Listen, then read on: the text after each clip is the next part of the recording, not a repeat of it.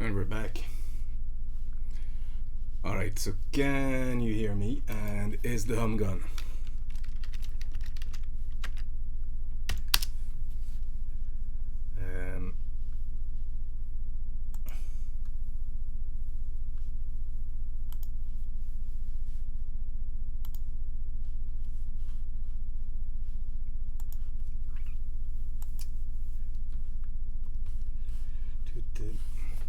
Alright.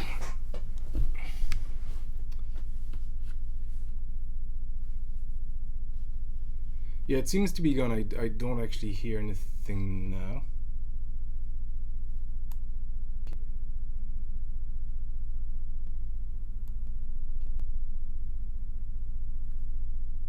Or is it still there? Or is it still there? Yeah, you can hear me. Let me know if you can hear the hum. I wonder if it's one of my lights. I never heard it before.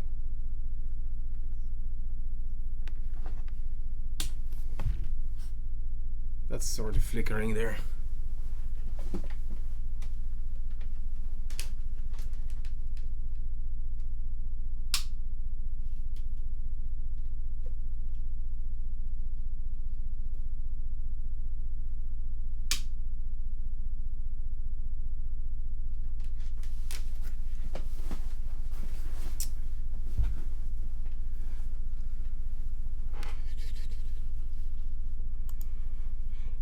Are you guys still in the chat here?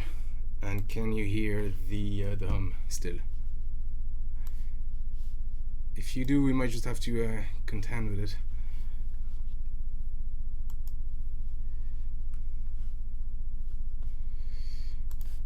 Alive, you are deaf.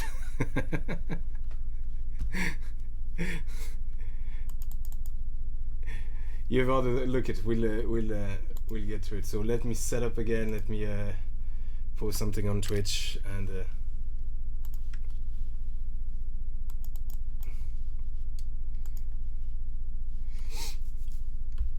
Fair enough. Pete Mouse, is that can you still hear it? Is it bothering you or?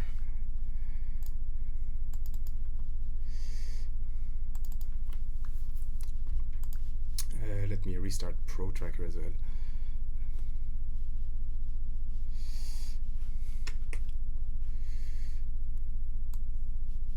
So, any of you familiar with Go Tracker or chiptune on the C64?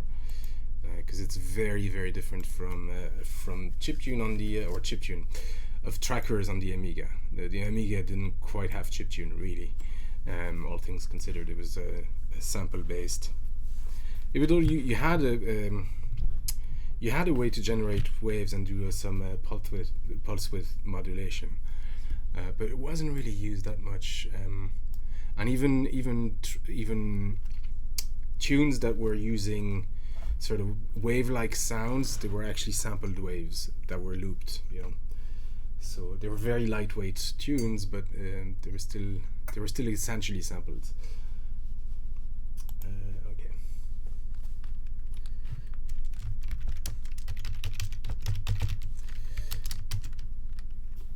You are back. Yeah, is the hum still there, or is it really, really annoying? And if it is, I'm afraid we'll have to put up with it. Let me send a message here on Twitter that we've changed and changed the name of the stream. All this stuff we have to do.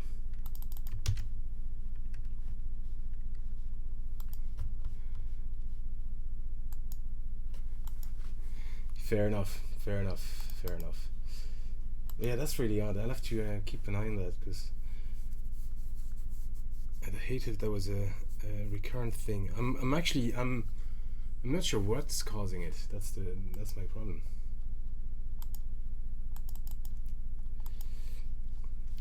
Okay. So I think we're good. Let me switch to Go Tracker. Boom. This is Go Tracker, so it's not quite Pro Tracker. Let me load Pro Tracker as well, just for comparison's sake. It didn't change when you move your mic. No. Well, I switched a few. I have some dodgily wired LEDs. So I was wondering if that could be that, but no. So I'm wondering, could be my computer has been on all day without interruption. So, you know, and it's what an ugly software. Yeah, I'll have to agree with you there. Actually, I need to load Pro Tracker first. Yeah, it's not the most glamorous looking piece of software, even compared to stuff like Pro Tracker or even Family Tracker, and you'll see it's even worse than it looks.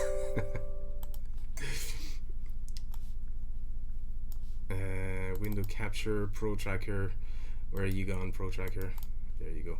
So this is Pro Tracker. So essentially here they work somewhat the same way. Let me reload that. Pro Tracker modules. Terrible song name because I couldn't think of a song name. So essentially you get your notes here. So this is the actual note that's being played, or the note of the sample. It's not exactly. That's the good thing about Go Tracker. A C is actually a C, whereas here it just depends on the actual sample rate and frequency of the sample. This is the octave here information. And here you have the instrument numbers, those few two numbers, and here's your effect. So this would be your effect type, and this would be the value attributed to the effect, and the values differ depending on the effect. So you have stuff like portamento, like a slide up or down, or slide between two notes. You have stuff to like a break, like a dead note, like just to break a note, or fade the volume really rapidly, which is the A, F here. It fades it almost instantly. C is for volume, and you have other stuff that's useful, but it allows you to have some control over each sample. So your samples are these guys,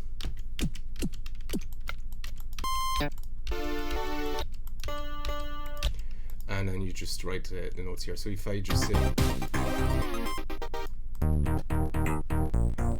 so the trick is to have as much squeezed into one track as possible. So you do that by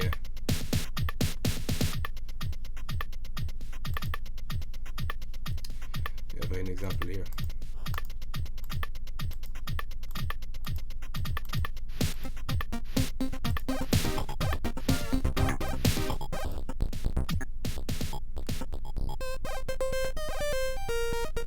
So that's just one track, and I'm trying to squeeze the melody and the chords in there. In some other samples I'm trying to squeeze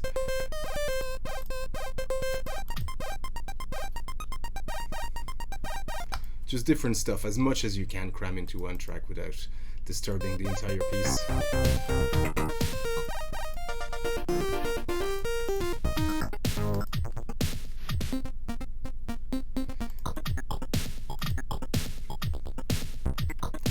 So here I have some elements of the bass, and I have another bass here going on, and bits of echo from the main melody.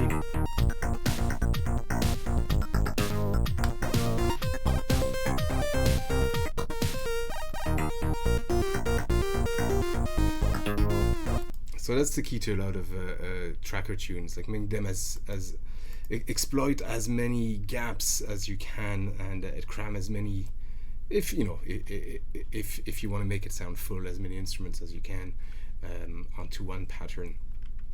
So a lot of people, when they start into tracker, they just make one instrument. They have one instrument or one type of instrument per pattern. So they'll have like the bass, drums, melody, chords, or something like that. The trick is to actually try and fit extra stuff and try to fit like maybe chords and melody together. So here.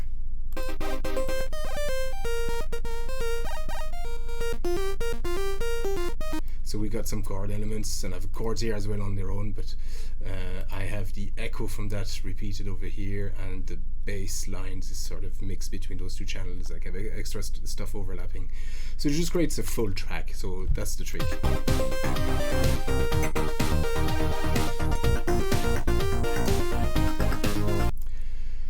So So the trick here is going to be pretty much the same way, the same thing, except now we only have 3 tracks and there's no samples here.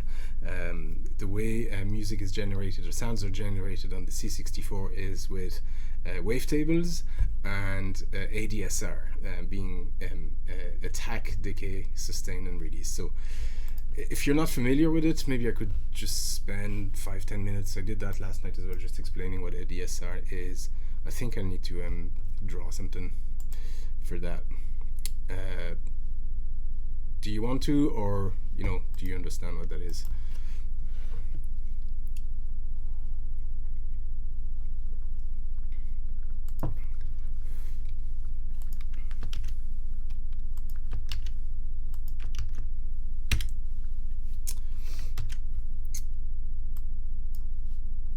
Okay, I'll take that as a maybe.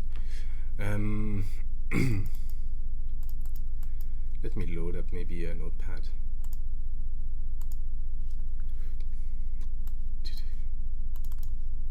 Not notepad, what am I saying? Paint.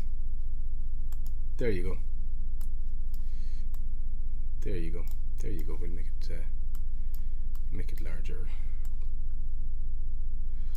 So ADSR, so you're all familiar. Hey, waveform, how are you doing? Yes, we're back, and this time I actually looked properly at the manual, and I do have a cheat sheet, and I'm going back to explaining what ADSR and wavetables are.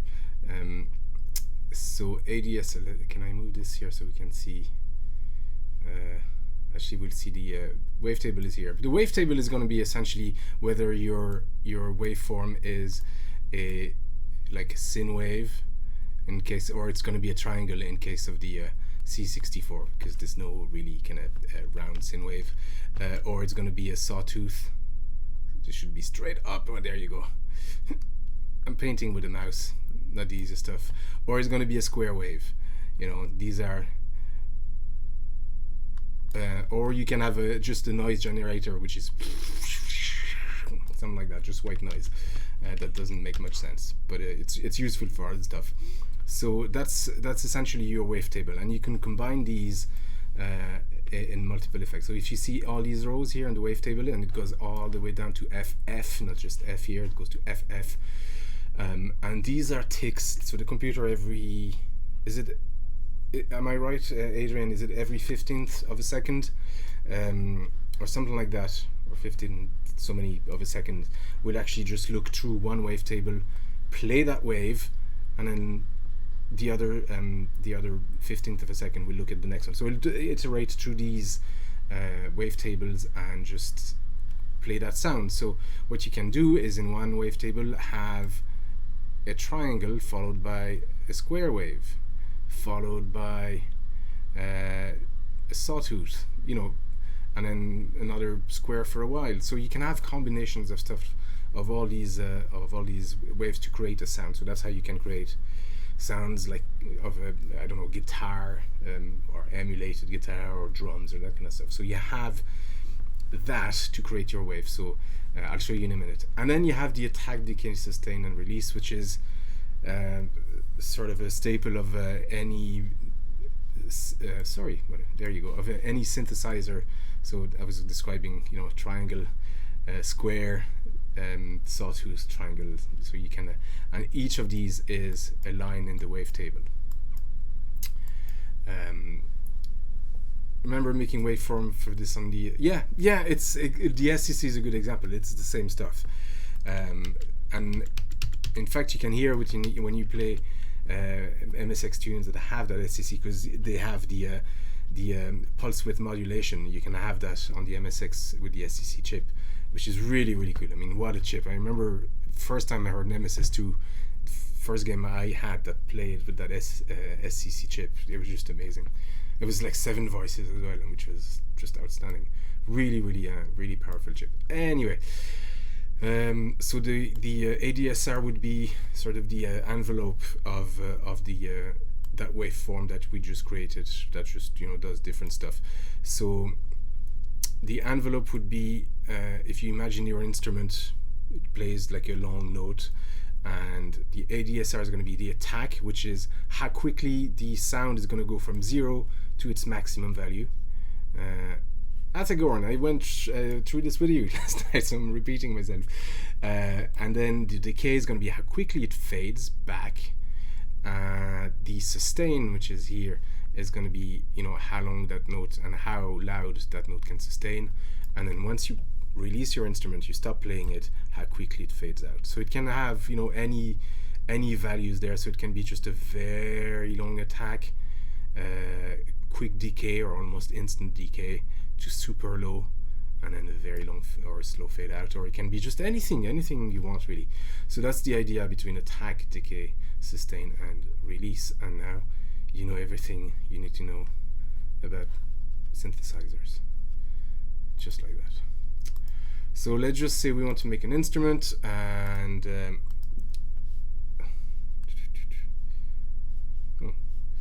let's just say we want to make where's my I have a cheat sheet here for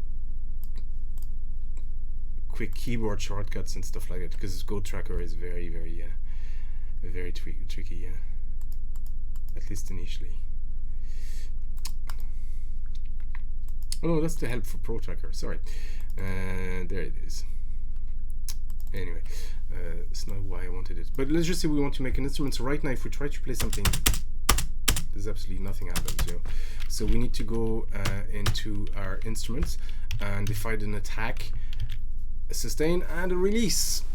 So we're just going to set for now everything at 5.5. It's sort of, that's a cool, just low default sort of value. And then here we are going to point. So we have our attack, our envelope, but we need to tell it what type of wave it is. So we're going to point this to wavetable 1. And then we can do the stuff as well, this stuff with the pulse table. So we can point it to a specific pulse table that will modify the width of the pulse. We can apply a filter, and speed table is used for slide up and down and all this stuff. So right now we're just gonna worry ourselves with a wavetable. So we're just gonna say we just want a triangle. So the first number is going to be the type of wave, and then the second number is going to be, you can actually affect it a specific note if you want, or an offset of a note. You'll see what I mean when we get to arpeggios. But here in this case, so 10 is a triangle, and it's set by bits, so it's going to double every time, and you can combine waveforms but setting stuff in between. But for the sake of argument here, 10 is going to be a triangle, 20 is the sawtooth wave, 40 is going to be, it's a pulse but essentially a square wave, so you're just going to alternate between high and low, and 80 then would be the noise wave, the noise generator. So here we just want, let's just say triangle, and the note after that is the gate. That's what I was struggling with yesterday, Adrian and Athagorn. The note after that is the gate. So you need to set the gate, which is essentially, the gate in synthesizer is when you actually send voltage. When you press the note down, you send a gate signal, and when you release it, it releases the gate. So if we want a longer note, or change our pulse here, we just need to enter 1 followed by a 0. It's going to continue playing. If we enter 1, it's going to be like a double press, and that's where I was struggling yesterday, because I did not understand that. I thought there's a lot of possible values here. As far as I know, it's just going to be the one for the gate. I think there's a couple of stuff as well you can change, but that's what we were missing yesterday. Well, that's what I was missing yesterday. So here we have a wavetable. We just want a quick triangle. So we enter the command to AND the waveform, which is FF, followed by nothing. This is jump normally, so you can actually jump back to wavetable 1 and have a looping pattern. But here in this case, no. And backspace is for just empty space. And I found how to enter, have a dead note. I'll show you that. Really cool, really cool. So if you press something, there you go. There's your hum. I'm gonna change the octave.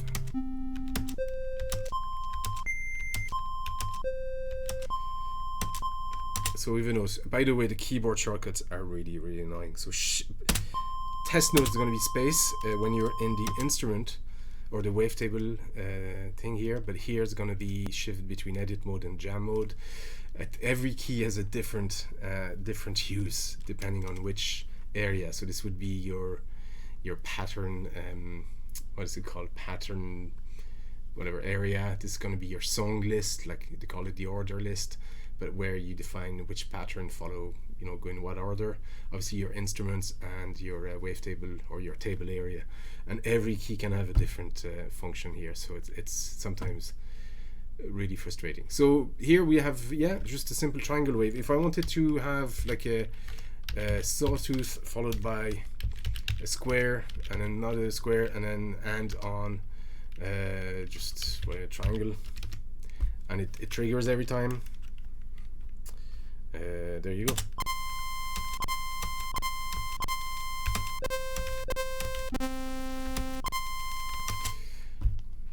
And that's pretty much all you need to know about about this type of stuff. Let's just say here, actually I'll go briefly over the pulse table, so we have just a very slight understanding. So let's just say it's going to be easier if I use obviously a square wave, and so we're just going to use a square wave here. So right now it's not going to do much. In fact, it does nothing. So if I wanted to hear that, I need to do this, I think.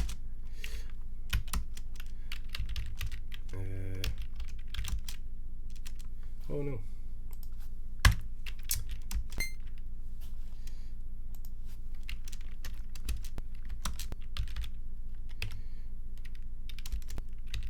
Yeah, so right now we just get a pulse and nothing happens.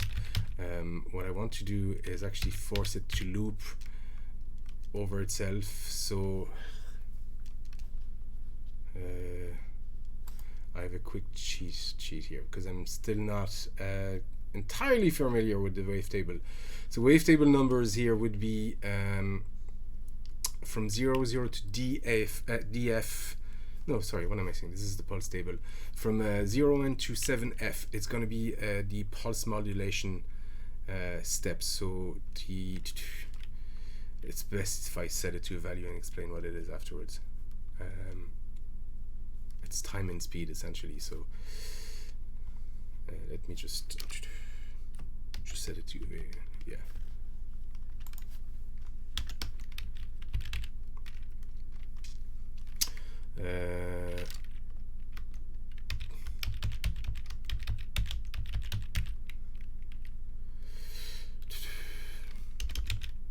So no, that didn't work.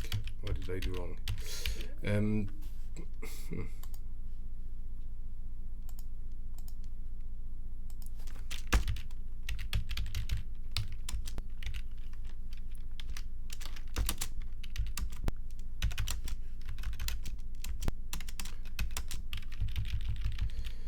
here,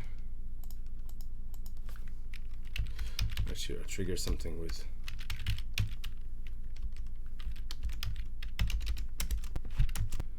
No, still no luck with this one. Okay, let me just change briefly instruments. Oh, the fun.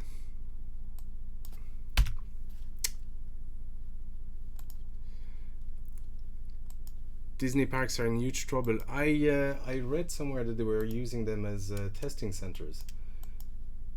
Is that correct? But why are they in trouble? I'm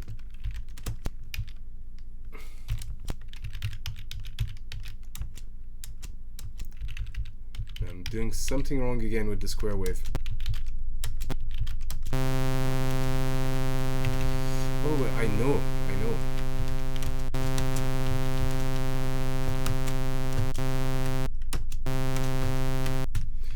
I know, because I didn't assign it to a pulse table, and this is why.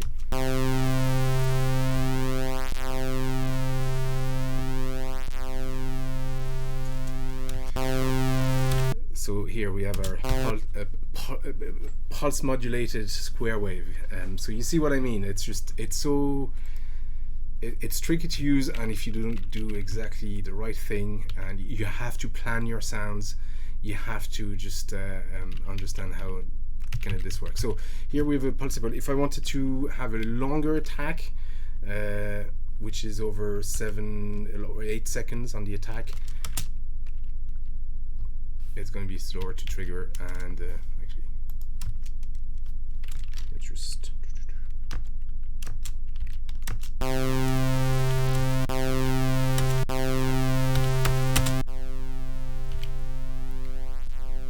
so it's going to be slower to trigger, and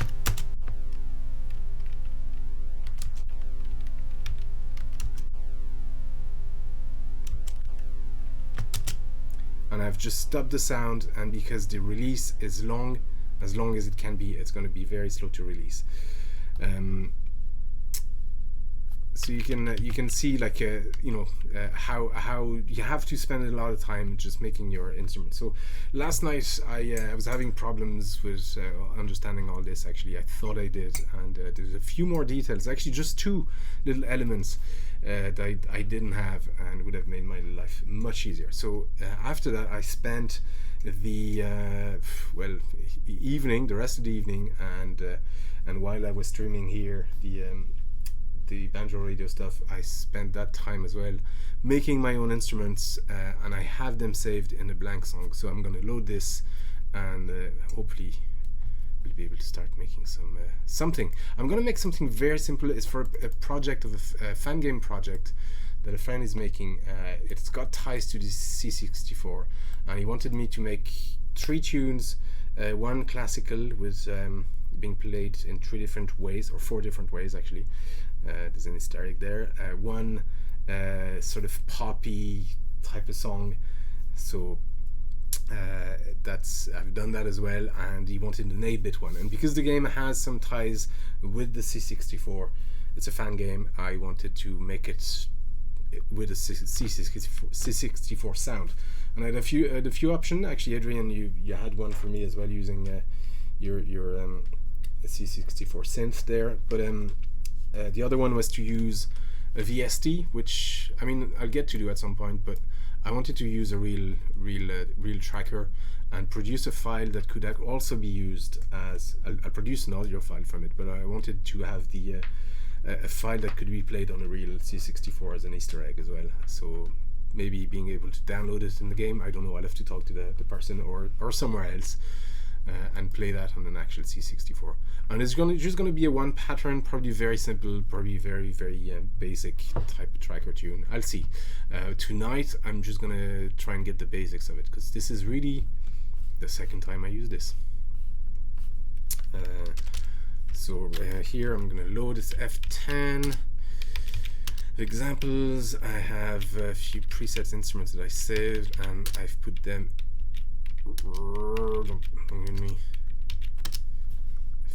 Oh no, I'm loading the instruments, so I have to go out of here and into the pattern and load from the same directory, but it'll load instruments, own stuff, blank. Hey Adoris, sorry I missed you there. C64 tune. Well, we'll see. This is the C64 tracker, and we'll see if we can produce a tune. So I have a few instruments now loaded. I'll show you in a second. Let me go through the chat. Disneyland parking is being used to vaccinate. Yeah. And to say that there's not going to survive much longer. Oh yeah, going to refund every annual holder. Look, if one company can survive, though, it's Disney. You know what I mean? I think they'll find cash somewhere to keep all their assets going.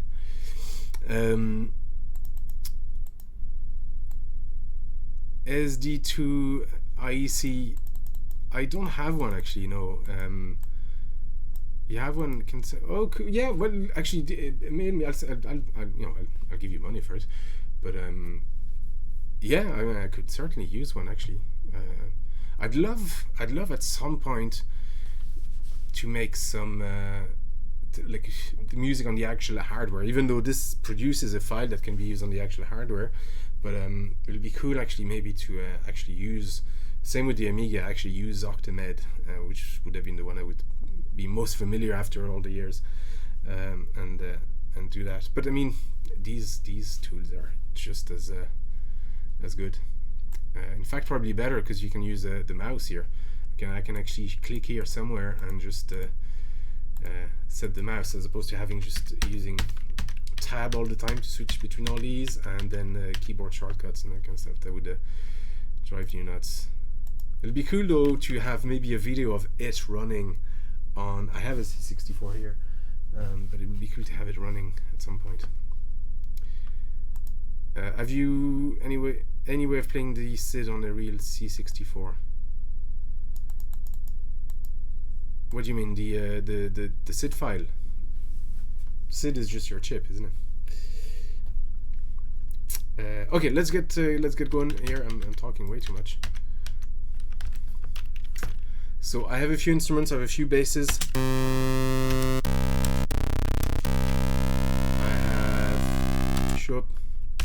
I have a few basses. I have a kick drum. I have a kick drum with the bass. I have a snare. Is that all I have? We'll load a few more. I should have a snare with a kick. I should have a few arpeggios as well. Have you any way of playing the SID on the real 64 reality? The file. Yeah, after that it's just a matter of finding the software to play it. I've no real experience with chiptunes on the C64, so I was given a bread bin actually a while back. Or was I? No, I found it. How did I get that? I don't remember. I was given a few. I was given a 2-boxed C64 by colleagues at work, and I have this one, and I can't remember where I got it.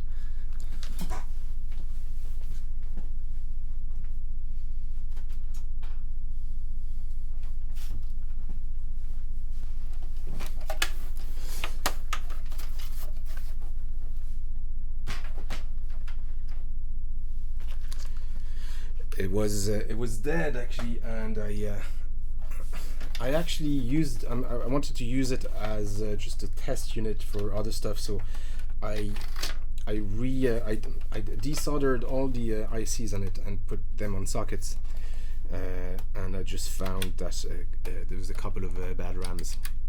So I replaced those and worked fine after that. But yeah, I think this was given by a colleague of Fiona. I think that's no, it was my neighbor. My neighbor, no, because my neighbor gave me an Atari 600. Yeah, that's what it was. I can't remember who gave me this. I feel bad now. I think it was one of Fiona's colleagues. Yeah, I think it was, because he had an Atari Vader model as well. Yeah, that's it, Jonathan. Anyway, so let's load some more stuff. Just bear with me. I am talking too much though.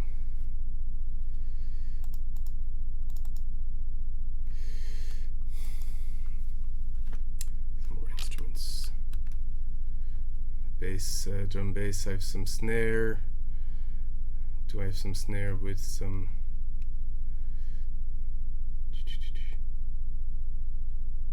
Have I got instruments here? No.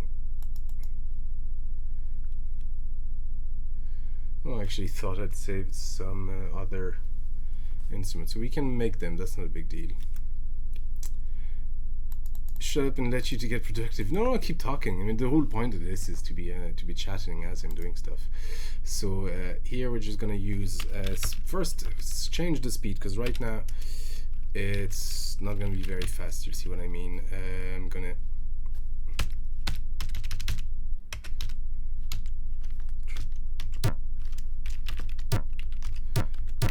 It's going to be the same key all the time. I'm going to use a different note just to know that this is the kick. So I could put a snare here. It's going to be a bit too. What do you think? No, I'm going to put just a kick every 16th.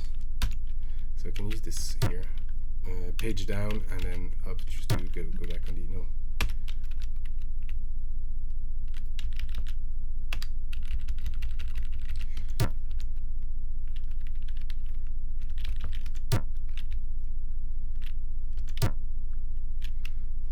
Is that it? What am I doing? What am I doing? Do.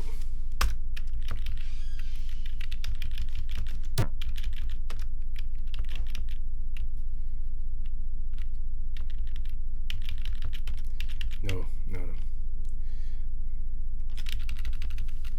Yeah, I want the snare, so yeah, it's going to be every 16, so 32 and 48. And the snare is going to be here.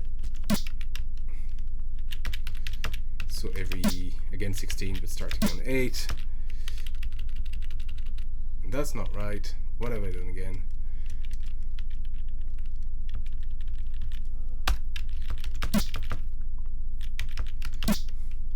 Backspace, thank you very much. And now we have just a drum going.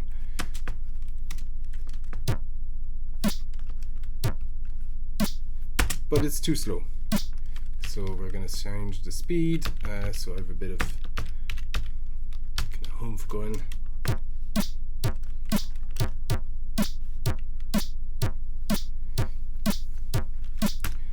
Okay. And then we're just going to use the one bass. So what I like very often is use on the bass, just use different sounds of bass, just to make things a bit more interesting. So you'll hear that if I load get Pro Tracker here again on that bass. Where did I put it? You can see it, but I can't. That's there it is. So here, for example, that bass line here would have different instruments. You see all the instruments here. So 1, 6, D, 7. So there's a lot of different instruments coming in just to create that bass sound.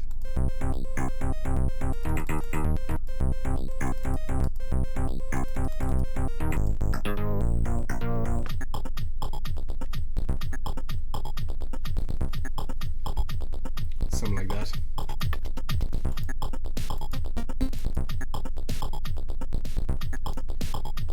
So I have different bass sounds for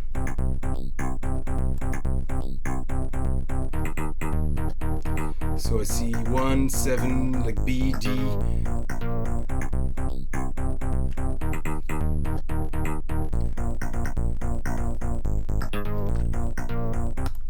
And actually I can complement that with another bass.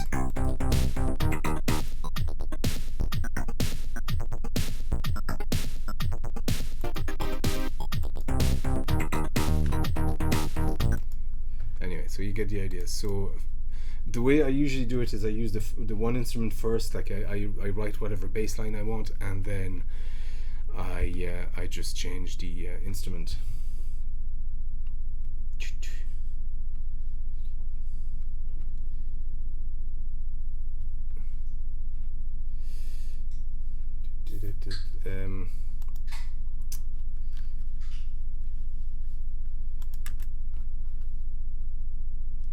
Just bear with me.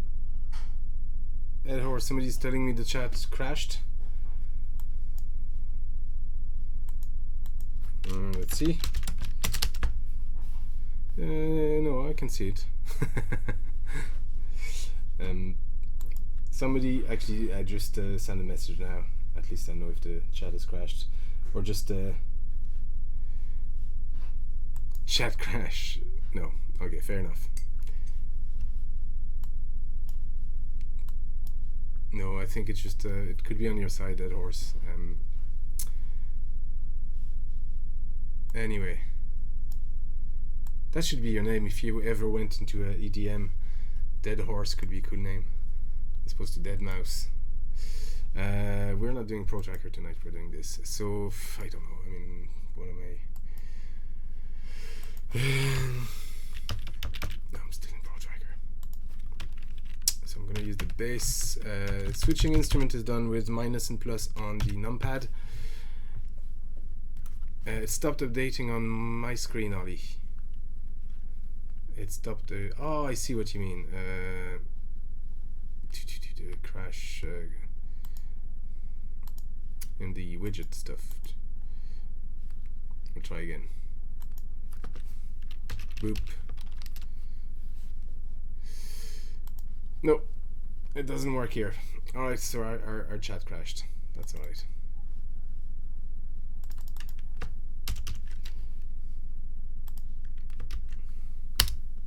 I might be able to switch to the default default chat widget. Let's just stay with me. There's another just generic chat widget here, and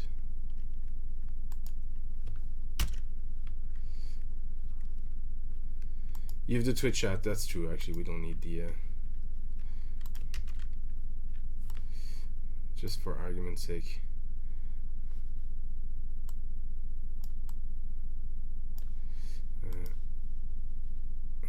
Would this work? I'm just gonna test. No, it's not working. I think it's just the Twitch chat in general. Never mind. It'll come back when it wants to come back. So it's been how long? 40 minutes. I still haven't done anything. So here a bass. I don't know. Let me think.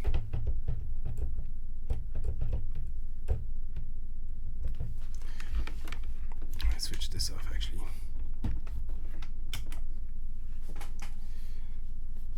Have I tried Zootalion? How are you doing? Default mask tracker, more user-friendly interface, and can also export to SID format. Well, no, I didn't know about it. I only knew about Go Tracker, to be honest. So, and I know virtually nothing about making tracker stuff on the C64. My experiences with a lot of other trackers, but never with this one.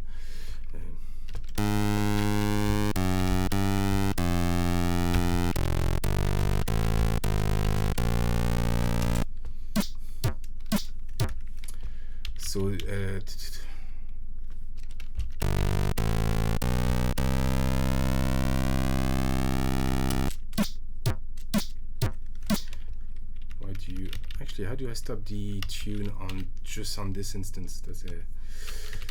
So we're gonna have a dead note here.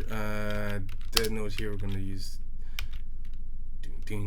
something like, what was that riff from Paperboy? We'll do something. Well, not that, but I mean.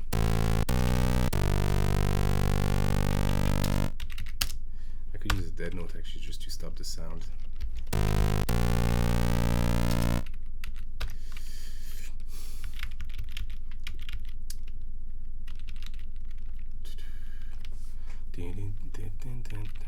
Let's just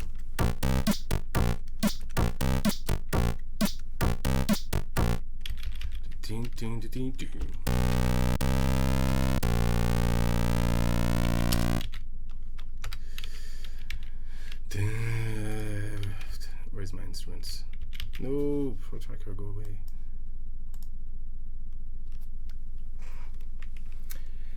Default mask tracker. I'll check it out. Let me just do this bass line as poorly as I can, and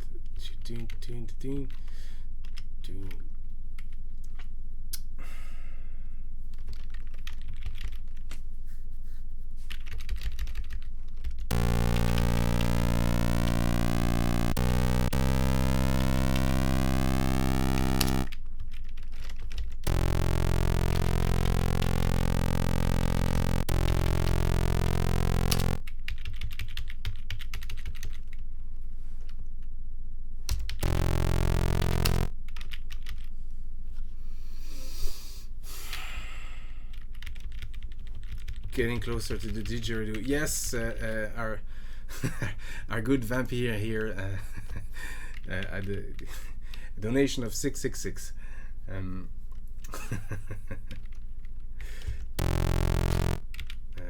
Actually, not here. What is it?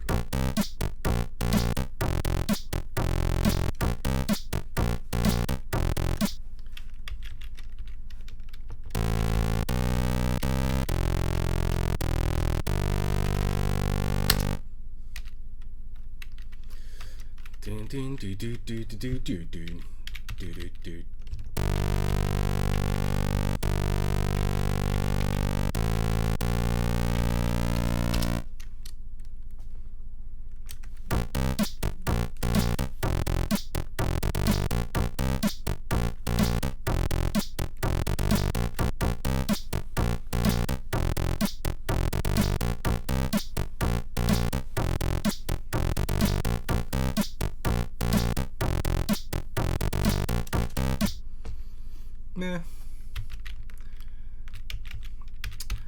So the trick when you're making tracker tunes is to make them first really simple and see what you, especially on platforms like that have 4 tracks or 3 tracks, just see which ones you can cram closer together. So in this case, we can probably, because we can probably make a sound, or I have one already, but we'll make a sound that has that kick and that bass at the same time, and just combine them and essentially free that note, and then move this over here.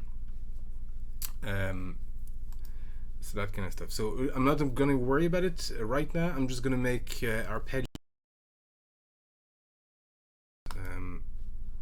So we have a free instrument here. We're going to go all the way to a free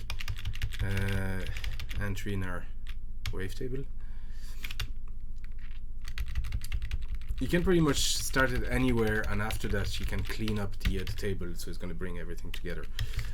And if you bring an existing instrument that already has a wavetable set, it'll does it append it at the end, or does it actually insert it at the beginning? I think it inserts it at the beginning. I could be wrong.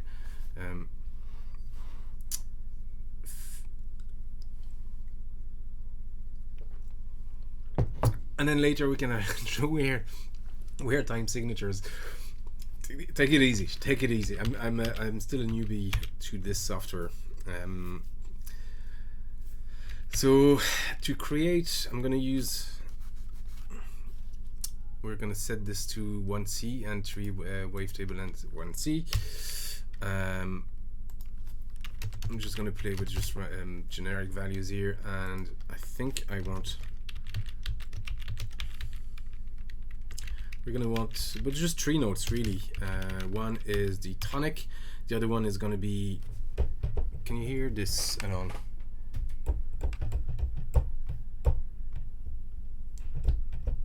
Can you hear this piano, or is it not coming through?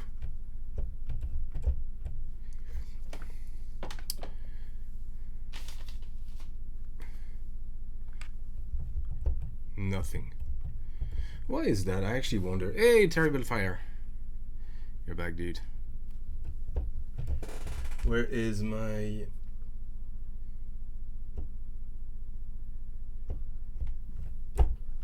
That's really weird, because it should be coming, but it's not.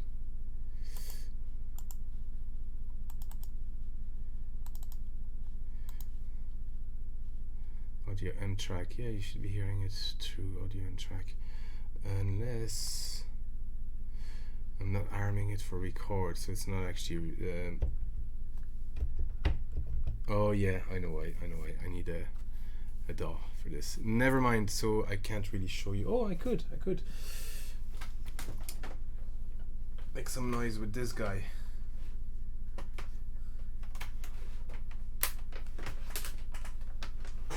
So move the mic. Actually, this mic should be better here. To make chords, just a quick chord theory. Chord is,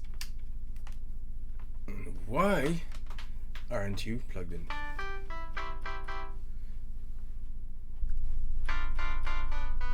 Can you hear this? So a chord is essentially 3 notes together. So you have the tonic, so we are in the key of C. We have your tonic, and then this is your key of C. So the first note, 3rd note, and 5th note in that key would be your major chord. So it's 1 3 5. In computer stuff, it's going to be 1 4 7, because it's semitone. So 1 2 3 4 5 6 7. So the major chord would be 0 4 and 7. You'll see what I mean. And the minor chord would be this, which would be 0 3 7. You'll see what I mean in a second. So here we're going to set, we have a square wave. We've indicated that we have our pulse started here, and it continues here. Here, this is the relative note. Relative to that, we're going to set it to here 3. No, not here. 3, and here we're going to set it to 7, and it's going to trigger 3 notes really quickly together at 3 different notes. It should have done that. It didn't, because I need to loop it back to 1C. Oh, because I'm telling it to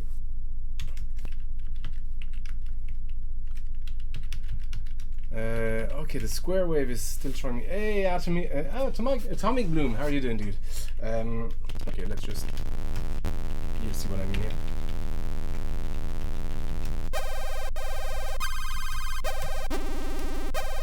So this is gonna be your yeah, that's retro, isn't it? Why am I having trouble with the pulse note? Is it because the gate? Yeah, it could be. Yeah, I can never properly figure out how to get that square wave to run. Just bear with me. Where's that manual? Yeah, so it's essentially I need to make a track. Oh. Oh, I didn't put the alert on this track. Ed Horse, thank you very much. Thank you very much for the donation, dude. It's quite huge. Jeez, that jar is filling up quickly. Actually, just you know what? Just again, bear with me.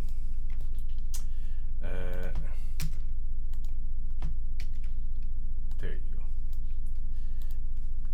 Shut up and take my money. Thank you very much, Ed Horse. Yeah, so the goal with that tip thing is to actually, I want to be as transparent as possible and show what the money I get from Twitch is going to be used for, which is here in this case to get new instruments for the covers. And our chat is working again. So Atomic Bloom, you fixed our chat. Thank you very much.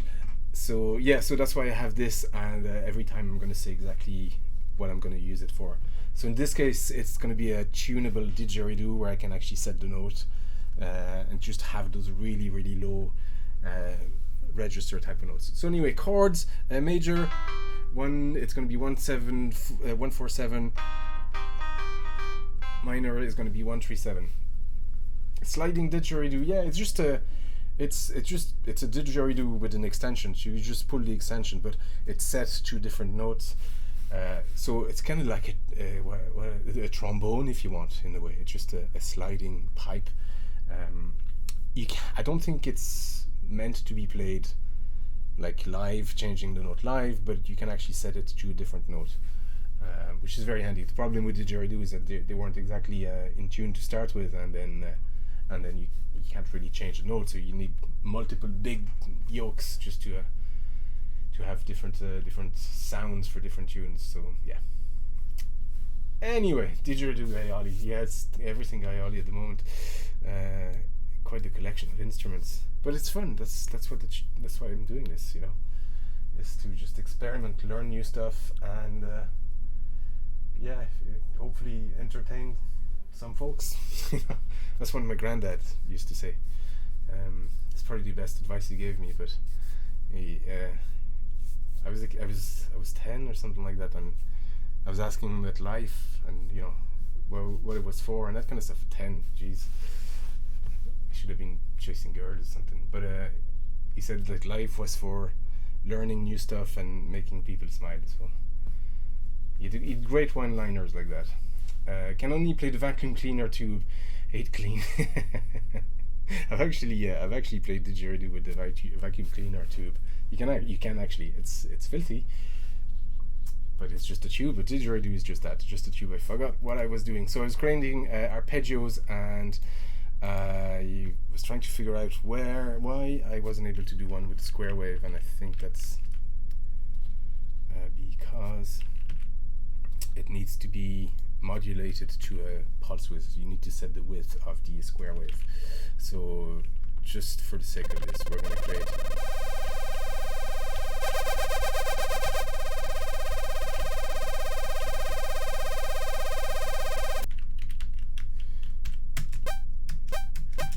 So if I just trigger it once, this is what happens. Actually, I don't want it to last. I just want it to.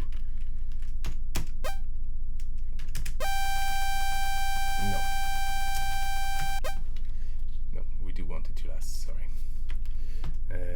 So it's going to loop into 1C.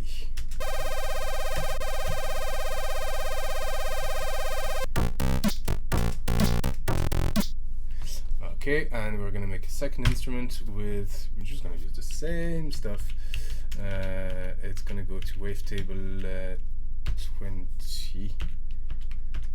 Ever dabbled with a sampler code, Atomic Loom? By the way, folks, if you enjoy coding and things of that nature, Atomic Loom runs a stream as well where he codes some stuff live, which I always admire, because I'll be enabled to code some stuff live like that. I'll be not unless I have like 2 screens on Stack Overflow and another one just uses my my development window. Yeah, that's the way I code. Just every line is going, okay, oh yeah, that's why you have 4 screens, fair enough. Yeah, every line is spent through like 10 minutes of looking through Stack Overflow. Anyway, I had today, speaking of Stack Overflow, I today the co-creator of Stack Overflow just retweeted the cover, the Shadow of the Beast cover, and sent it to the guy at oh my god, I have more tweets. Sent it to it was the guy at Boing Boing, sent it to him, and then the guy Stack Overflow sent it to Jason Scott, who is the guy who does what's it textfiles.com. And then we DM'd after that, and like he knows a lot of the developers, so he said he's going to put me in contact, fingers crossed, with John Romero, who's actually just in Galway here, but I've never been able to make contact with him. So we're going to try to see if we can. I'd love to have him, I don't know, maybe play like a little percussion thing or something like that in the cover, like, so that'll be cool. So he's the one who suggested it, so yeah, we'll see. He's going to do his best to put us in contact. 6 degrees of John Romero, yeah. But yeah, small world there. Yeah, he's I know where the offices are. There's a charity shop right under or beside them, where I used to go and get or find old games there. Before everybody started scooping them here. But yeah, it's they're right upstairs from there. Work meeting, be right back. No worries, dude. So let's keep going here. So we have our what have I done? Send the wavetable position. We just want same thing again, just 21, 20, 20, and just FF. We just want those 3 notes, and it's going to be 0, 4, and 7, and 7, and this is going to be our. Oh yeah, and we need to loop it, obviously. Arpeggio for major chord, and obviously we can do all sort of chords. The cool thing here is in the Amiga you do your arpeggios directly here. So you set the command for arpeggios, and you only have 2 notes. Here you can pretty much have as many notes as you want. So good old C64 arpeggio. So here let's just say I wanted to have a minor 7th chord, so I'm gonna use this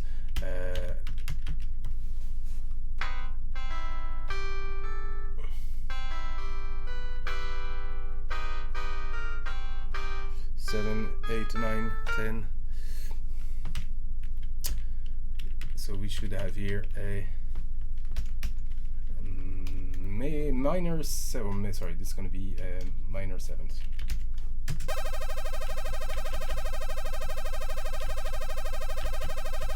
No, what have I done? This is 10. And so on and so on.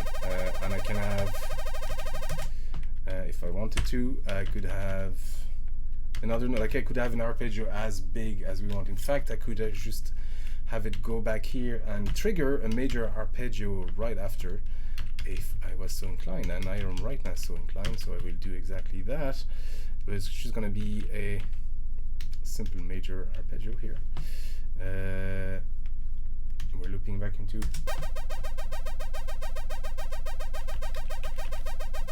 probably need to set the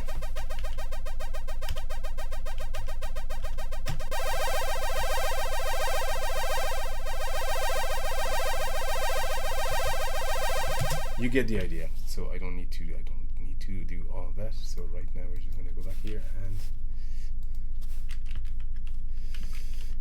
just delete everything from here.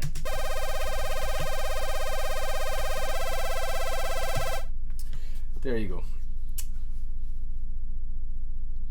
I admitted you were rummaging to John Romero's bins.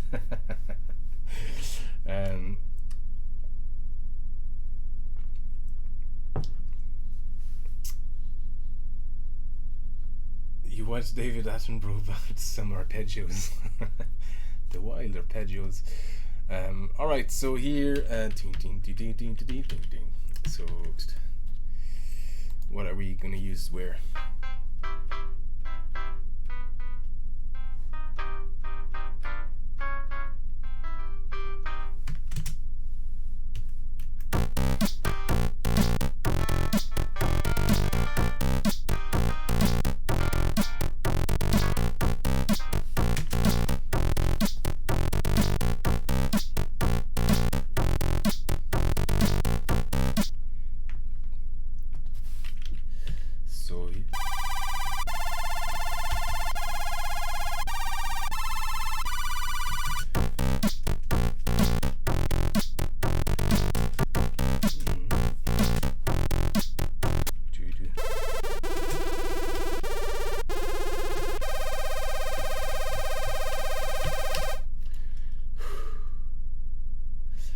Way to just not loop it.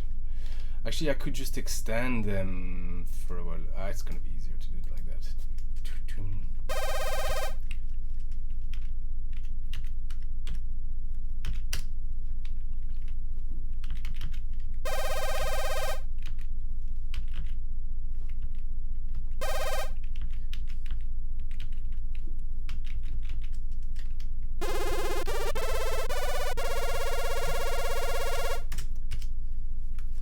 Be a major here.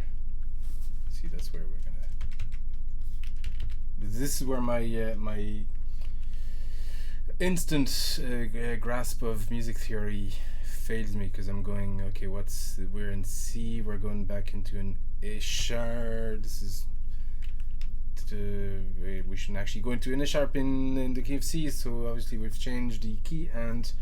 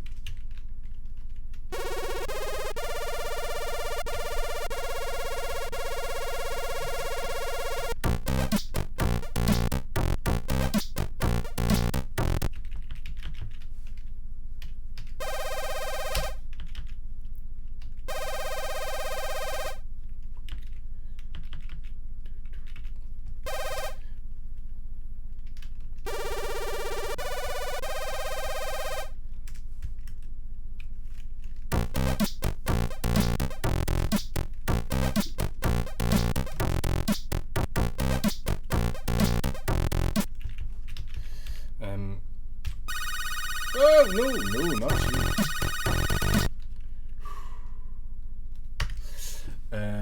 Just as impressive as coding, live music coding. Really, it is coding in a way. I mean, you do need some understanding of hex as well, and bit shifting and things like that, because for stuff like here, this value here is actually just depending on the bit, so it only Now, if you use this chip here, yes, you can actually set it to values in between. But here, it's just going to be increments of double the value. So you're moving from 10 from what? Well, it's not 10. It's 1, 2, 4, 8, and so on to set a specific bit to have a different type of waveform selected on on the SID chip. So there's all that kind of stuff, and some elements like the wavetable or the pulse table.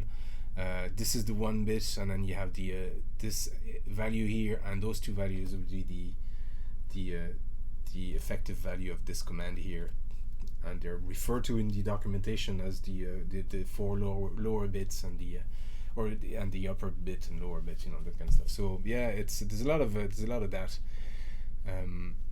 It's not a user-friendly tracker by any means, really, but it's quite powerful. Like, you can really you feel you're accessing the chip really, really closely. And I'm just scratching the surface of what this thing does, because there's some wild commands that if you combine it with some sync stuff and things like that, it gets crazy. But like, once we get into the pulse and filters, it's mad.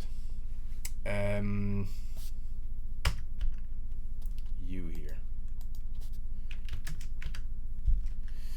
Where was I?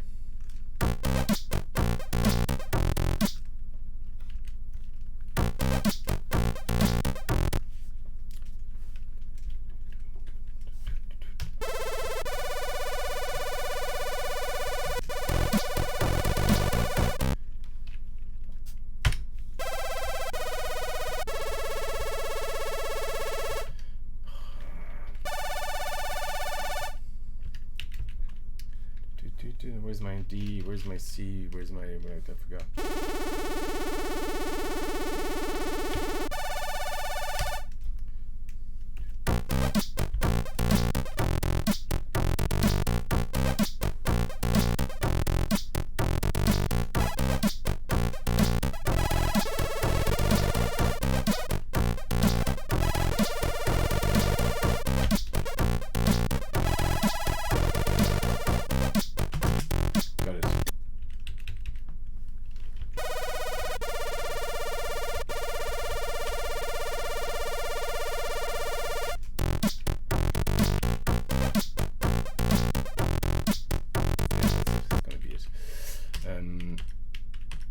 We'll worry about the actual length of the notes afterwards.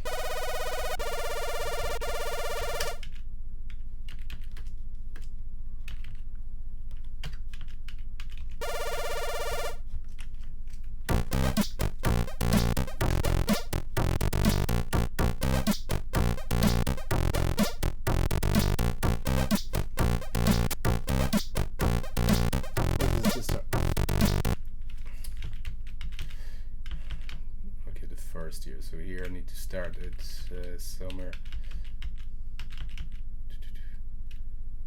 Well, that should be it. Why is it not?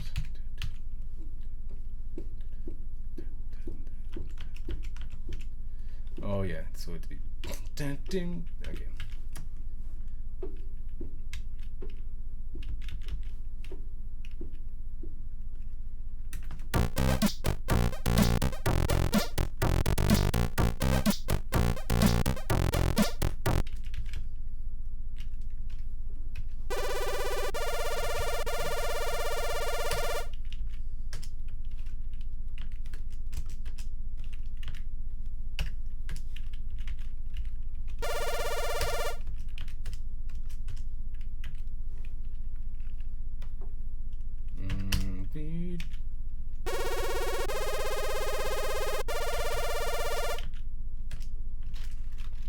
How's that sound?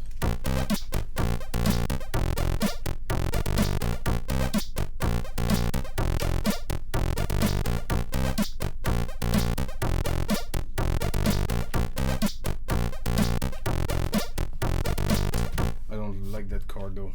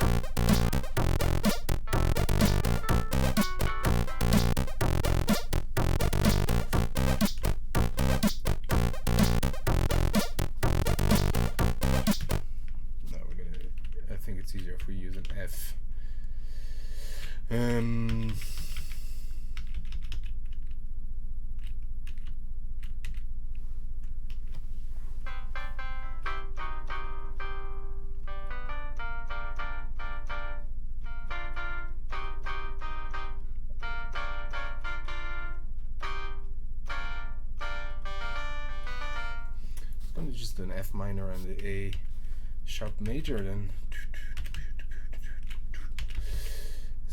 Gonna need to stay in F here. Where's my sorry, I need to name that chord. This is what this goes to 1C, and this is 4/6 major. Okay, and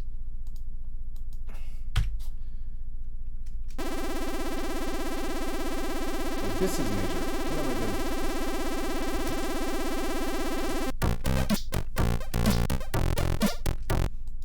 So this is going to be, how come it goes to,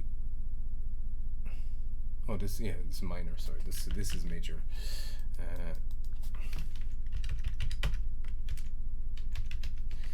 Okay, and this is going to be minor. This is a jam. I wouldn't go that far.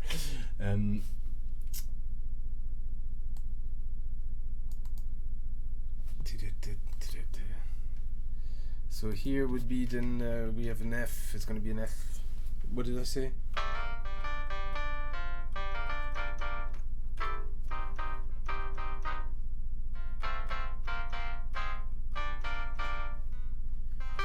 That's not an F, that's actually a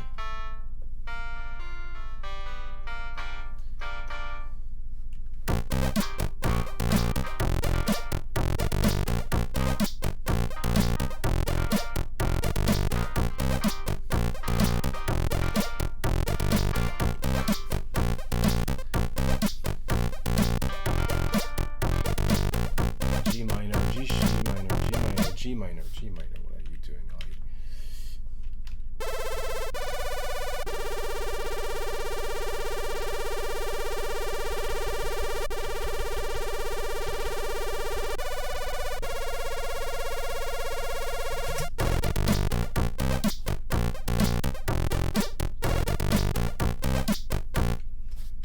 That thing has nothing to do here, but I wanted to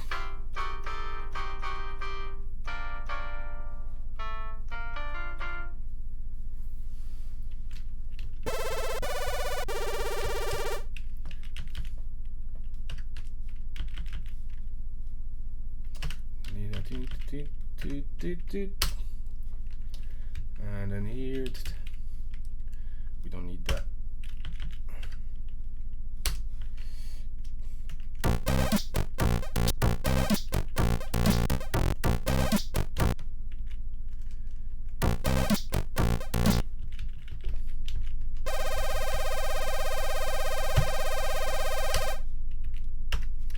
Between backspace and delete, I keep getting confused. The problem is delete will actually delete the row and shift everything up.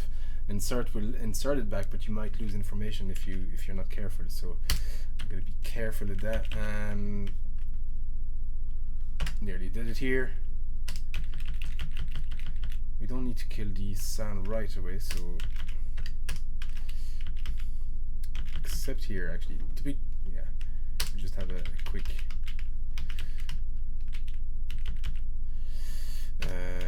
Let that ring a little bit more.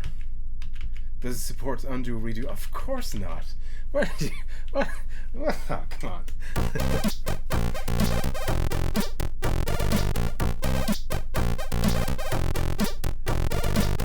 It would be way too simple. Even Pro Tracker doesn't, as far as I know, doesn't support undo redo. That's why, like, if I'm streaming, I'll probably use a tool like that, because it's actually much more interesting to stream with a tool like that. It does look better, I think.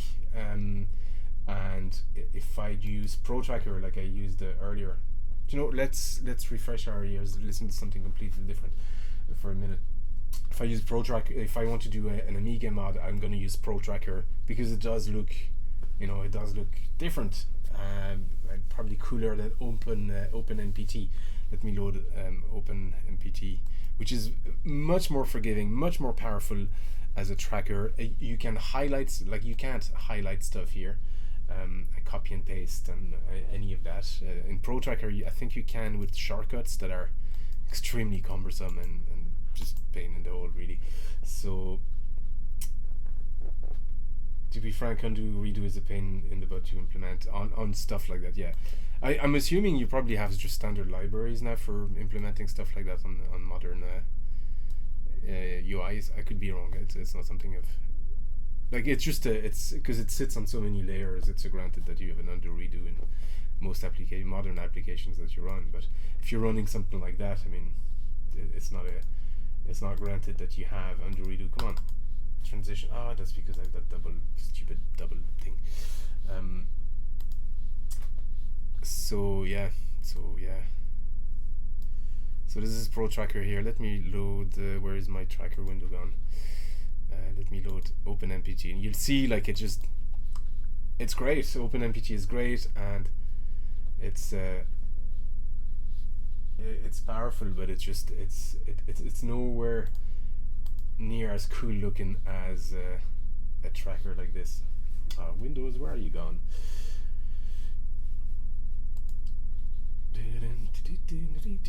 This in my head now. I can't. Let's create a new source and bring.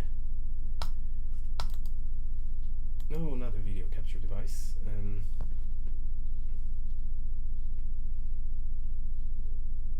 I want a window capture. There you go. New source. It's going to be open. Mapte.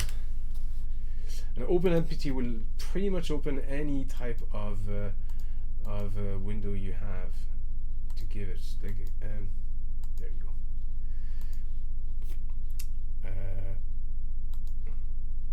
So if I just want to open, have I got anything Family Tracker? Is there any? Oh, I have some Sega stuff here.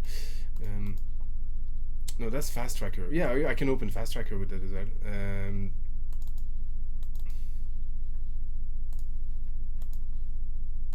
Will it open it? No, actually. After all, I know it can. It's just I haven't the right format for it. What's that? Mod Unlimited 5th generation. What was that? I don't think I have them. Okay, let's try again. Let's try again. Let's just open anything Master System here.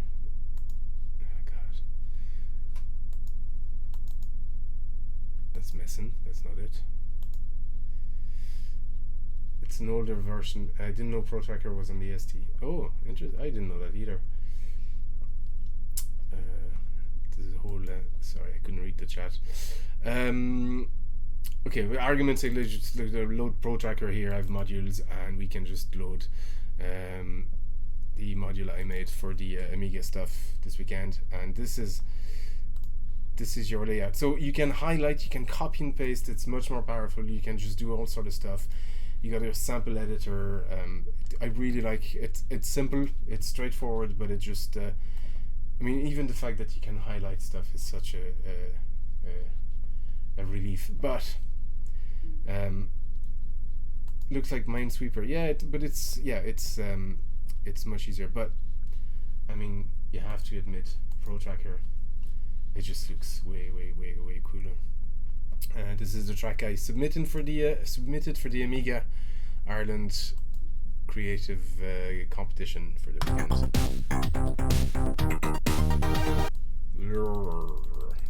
Let's reload it.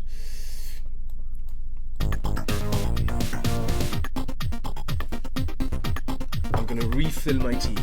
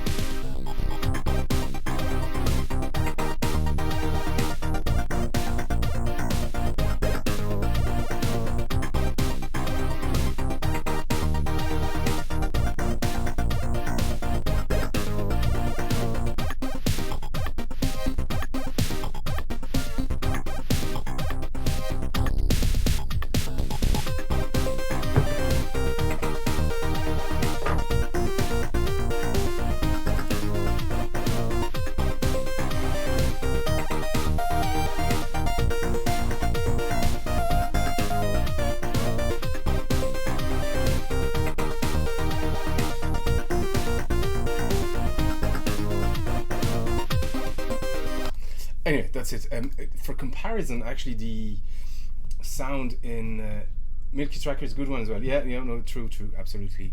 There's a few good ones. There's another one I forget now. Anyway, but I'm just used to be honest, I'm used to Pro Tracker at this stage. But it's just even having the option to just select and edit like that. That's all really I need. Like, I know the commands pretty well. As you can see, like, I use them extensively, even volume changes and that kind of stuff. But the difference in sound, sorry, I should have put it here. Difference in sound even in here.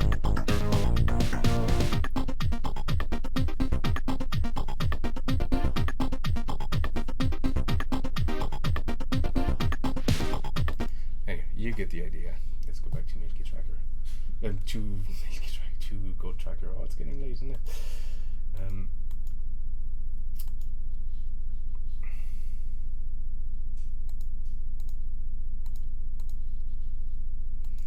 So what have we here?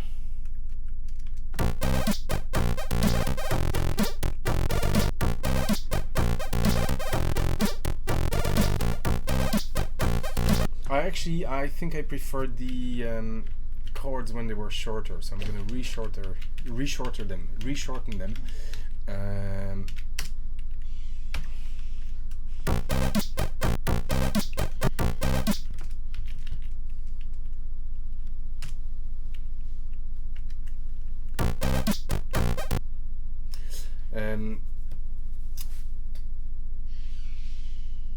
5 dollars if you insert or fire between terrible and song name. Terrible fire and song name. I can, but I've submitted it already, so it's not going to appear in the event. Yeah, and it's too late to resubmit stuff. It's been the deadline. The deadline was last weekend, I think. I gave us a good life though. Yes. I'll do it for free, but it's just there's no point right now. Yeah, we didn't think of that. Actually, we should have thought of that. Anyway,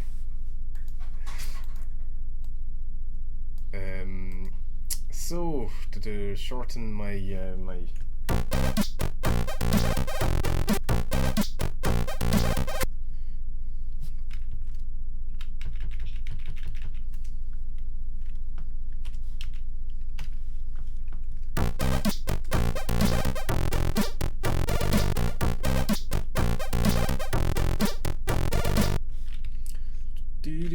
oh yeah, we need something here.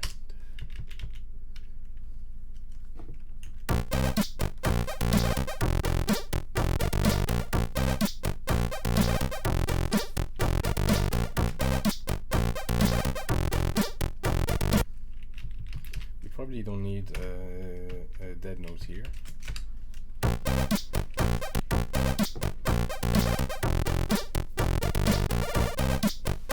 Actually, we do.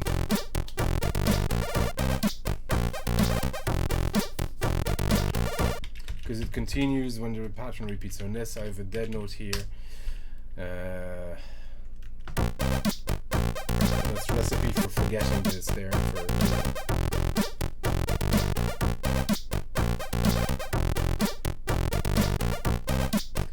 Did I save the Go track? No, I didn't. Good catch, Adrian. Save is F11. Save song. Very good catch.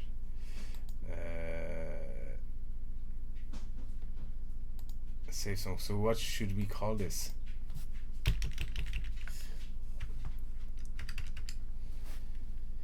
What should we call this? Any idea for a name?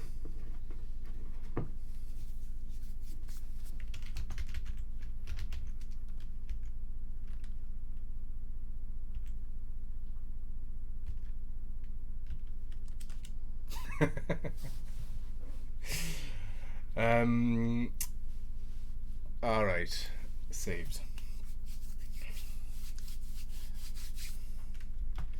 So what I want to do now is free up some space. The chat has crashed. Project. Chat, yeah.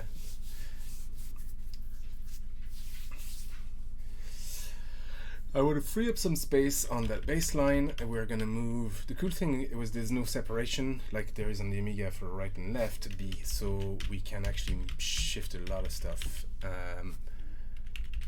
And I do have one instrument that I've made that has the bass and the kick drum. So I'm going to find that first. There was bass guitar. Drum and bass, yeah. So we'll tidy that. So here it starts with the A1, so we could actually have A1 here. And because if you look here, it's instrument 5, it starts at wavetable position 11, so we're going to go to 11. And in 11, this is a noise. So it starts with the noise for that drum sound. And then followed by a square for that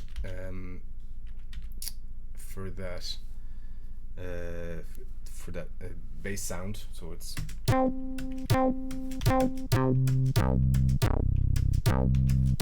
or it's a pulse, you know. And then the 0 is, I forgot the exact name, but essentially it's just a. But let me take that first. Stop this. Let me get my cheat sheet here. 0 is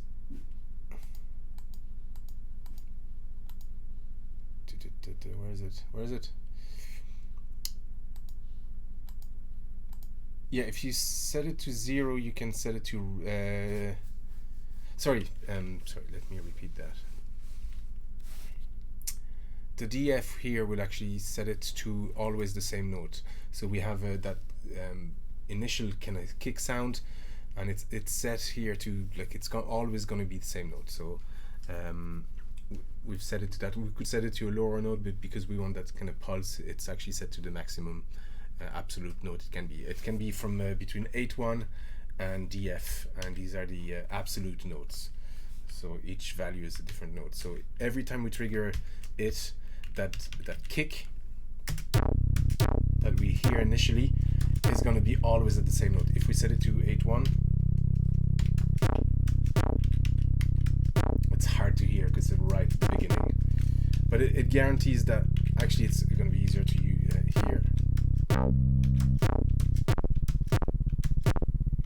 if we use the octave. Anyway, and then we have that pulse note, and the 0 is going to be just setting it to, I forget now, what's the 0 again? I'm on the wrong. Doesn't matter. Anyway, I've done the instrument. It works. So here we can set that kick instead of just having the kick, which would be this. And again, this is set to the same note all the time. Actually, we can have a quick look at the so it starts in 0C, this one, how the kick is set, and it might be so.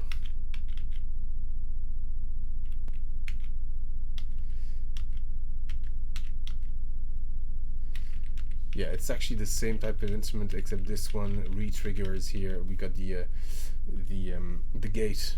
You set that to 1, and it sets the gate to re-trigger a note, and here we re-trigger a pulse. So that's what we have. That continuing. Where here it's a 0. It just ends into 9. What range is that? 9. Again, absolute note. So it just sets that to the same note all the time. Like, these are really quick samples anyway, so the only difference between the two is that last value. Here we re-trigger it and let it ring to whatever note it wants to be, because we haven't set it to note. Here we just we end it on another note. So I know, I wish I had a better way to explain it, but so here we're gonna use that other instrument, drum and bass, set it to A1. Where's A1?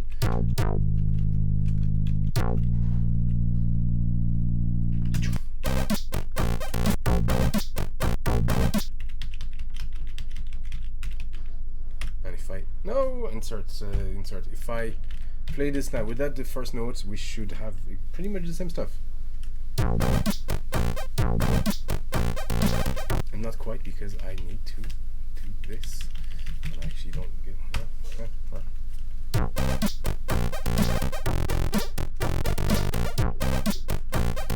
And essentially we freed one note. We can move C2 here. We're just going to do the same stuff for every of these kicks and use that instrument instead.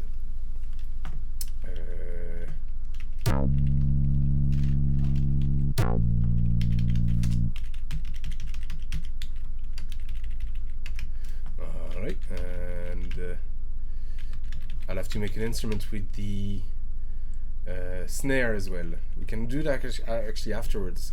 See if I can remember how to make one.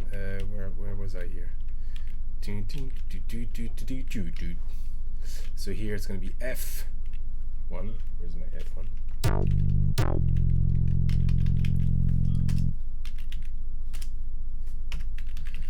And we'll move all those basses across. I'm doing it like this because just to explain the point, really.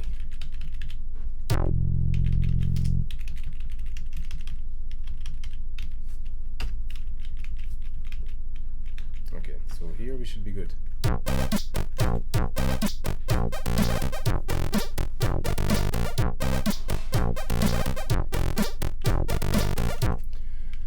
Good enough. Next, we'll do the same on the snare. We'll create an instrument that has the snare and that has the bass together. So if I look at the way the drum was made, essentially we just copy the snare and we just have that pulse at the end, and we'll have pretty much the same sound. So where's the snare? At here, 06, it started at 16. We can copy that. I need something to type. I'm just going to use Notepad here, and then I can. So we got 81DF, which sets that white noise. We got 41, which triggers a pulse to the same note that continues another note, and then we got actually more noise, more white noise, because it's a snare, so we need that white noise afterwards. So it's set to the maximum note, obviously, to have that high pitched one, and then another one still quite high in the register. And I believe so we have okay, so I'm going to copy all that to a different wavetable. So 8-1, that triggers initial white noise 4-1 to have just a pulse sound and trigger the gate. 0-0, I forget what this does, to be honest. Actually, I'd be curious. 0-0, let me just load the yes, pattern commands. This actually just loads the text file that is there. Wavetable, is that where we're looking at? So relative right side, left side.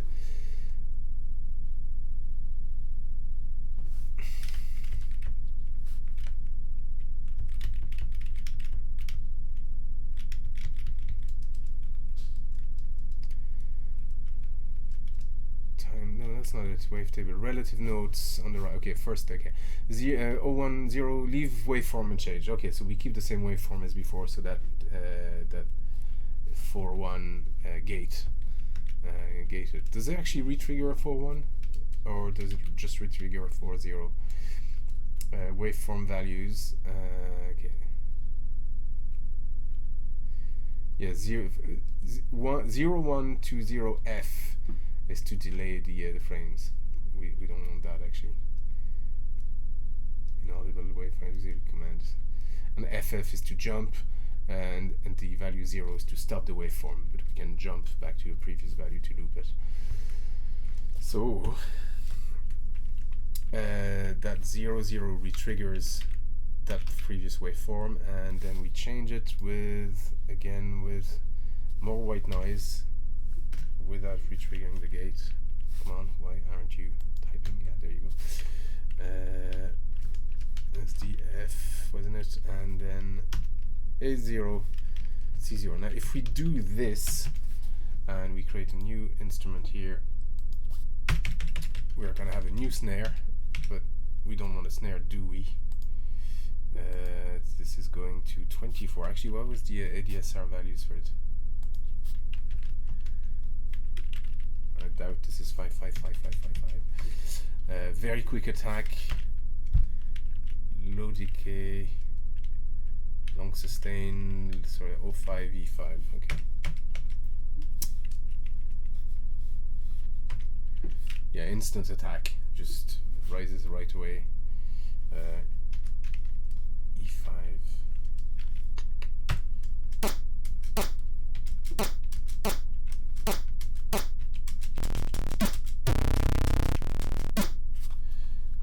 We actually send it to a pulse table and a filter table. 1627. Okay, you won't worry too much about that for now. Actually, we'll do it 16 and 27. Okay.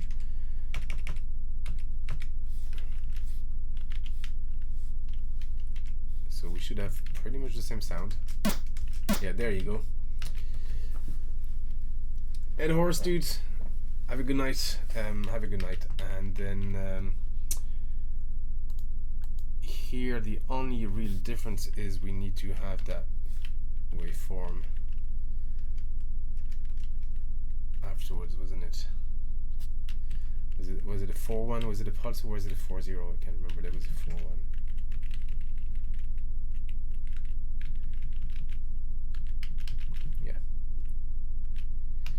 You need to retire too, no worries. Yeah, it's getting quite late. I'm gonna finish this, and then I think we have at least the skeleton of a tune. So I'm just gonna finish this, make this instrument, and transpose the bass over to the one track, and we'll have freed the track here for the melody. So I'm gonna finish that, and then I'll probably end the stream, because it's been what was it? It was 13 hours, 14, probably 15 hours streaming today.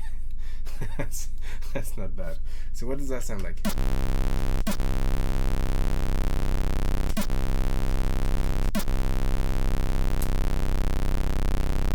Not quite what we want.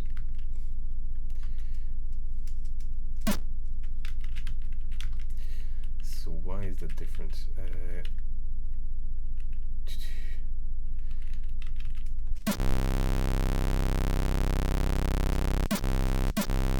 Too much of a rise in the bass. Why is that?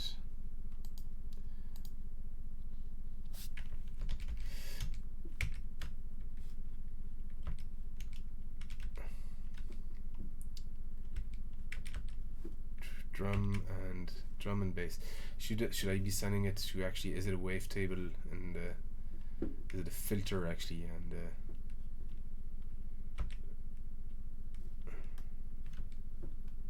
11.1b. Could it be that?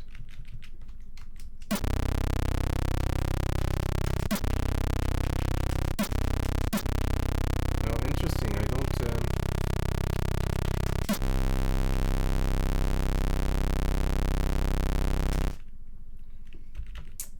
So what's the difference between this?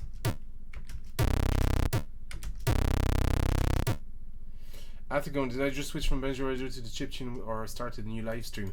I switched first, and then there was a problem with a hum that might still be there, so I rebooted my computer and started a new live stream. But yeah, otherwise I would have switched.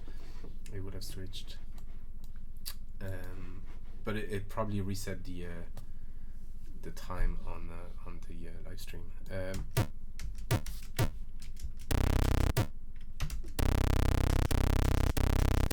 I think it's because the waveform is a bit longer on the other one. Let me see if I can shorten it slightly. I don't think we need.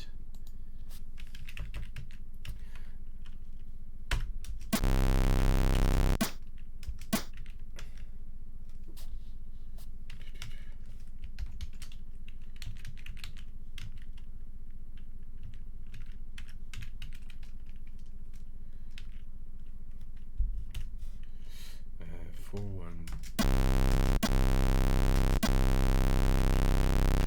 I think we do need though that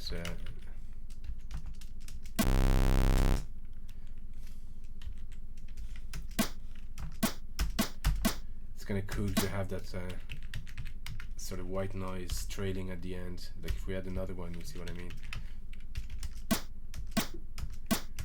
It's a cool trail there, but we lose that sort of instant pulse.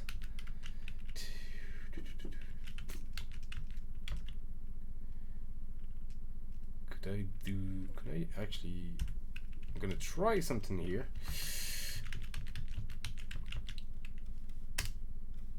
Nope.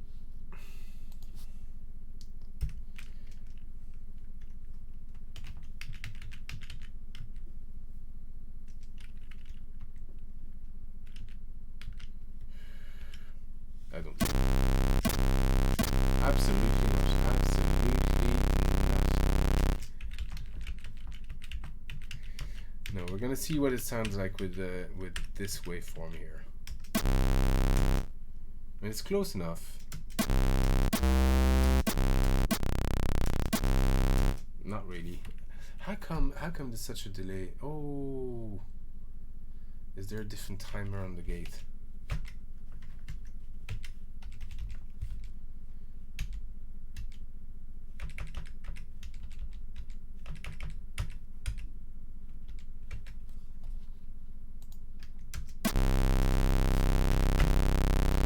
That's the only difference I could see.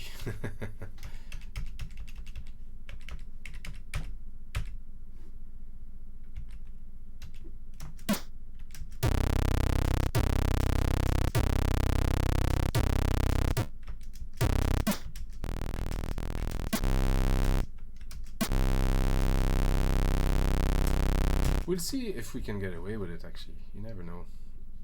Actually, there's not that many instances of the bass and the snare happening together. Have I done this for nothing? I have. I have. There was no reason to do that whatsoever. Because the snare and the bass actually do not happen at any point at the same time. So that means we can transpose that bass over without having to worry about it and free that track. So, actually, could we use different bass sound?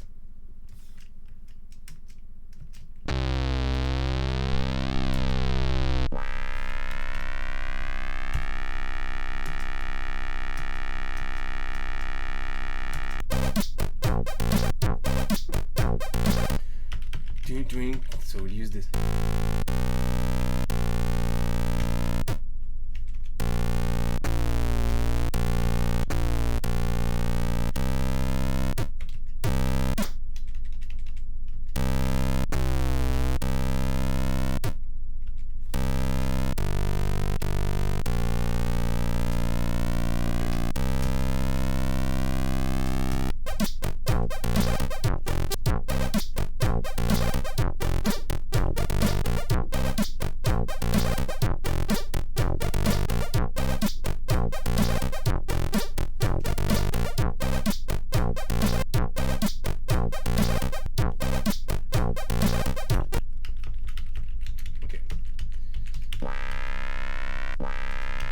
Why does this behave? There's another mystery. There's another mystery. Why does this behave differently on different tracks? So here we have that slide. And here. Stop.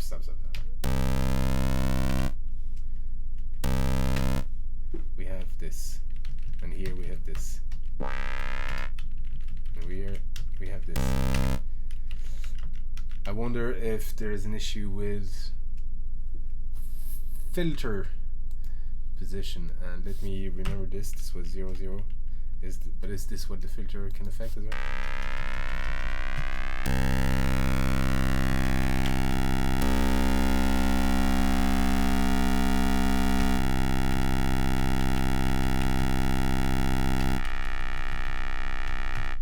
that's really interesting. I wasn't aware of that. Did you just switch from branch already? Oh, sorry, I'm rereading the same chat here. So I wasn't aware of that. Interesting. Some instruments sound different on different tracks. Well, that's news to me.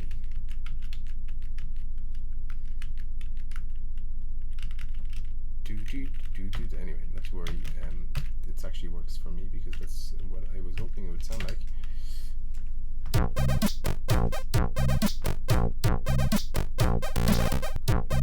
Actually, no, not that.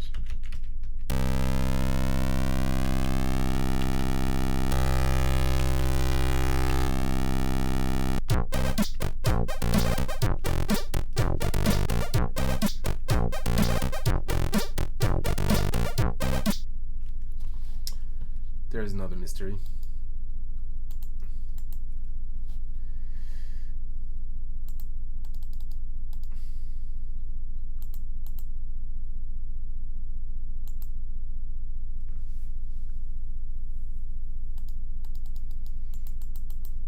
I don't see any difference really between those two.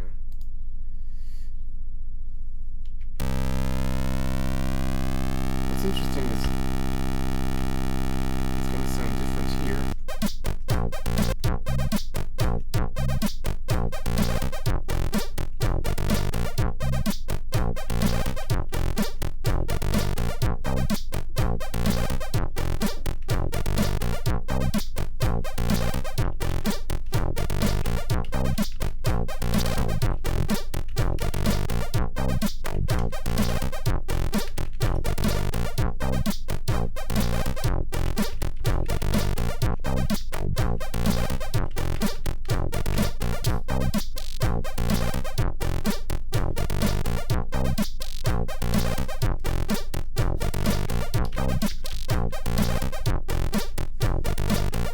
What are you doing to me, Gold Tracker?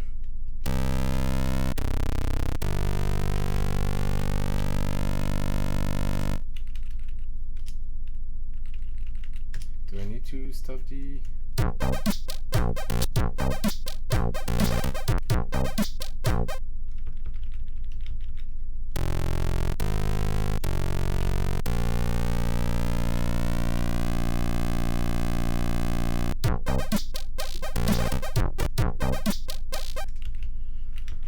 Oh boy.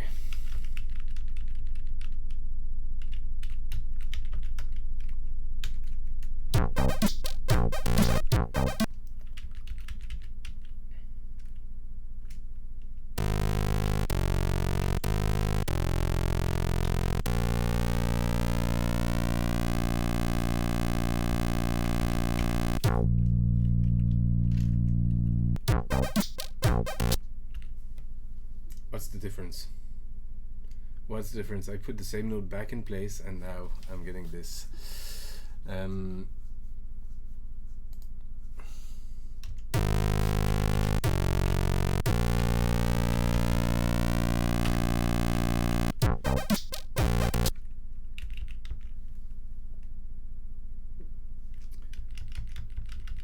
Now I don't get it. This is when I want to redo undo because I'm just actually putting the same note back in place that I have here, and now it's trolling me, telling me that there's something wrong or it's not actually playing.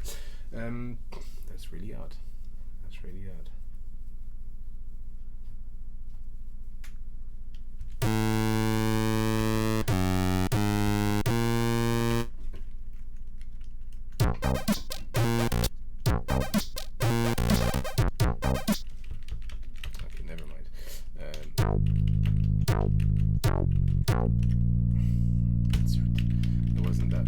This note, it's the G that's causing me trouble.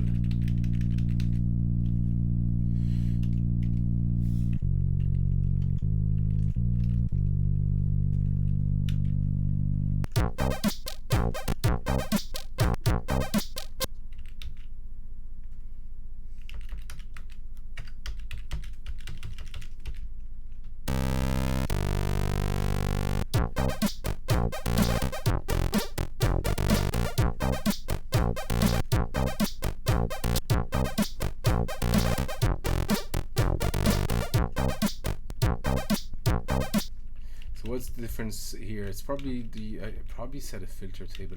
I'm gonna have to do without any filter table, I think, because it's just messing my sound way too much here, and I'm not able to shift some of the instruments.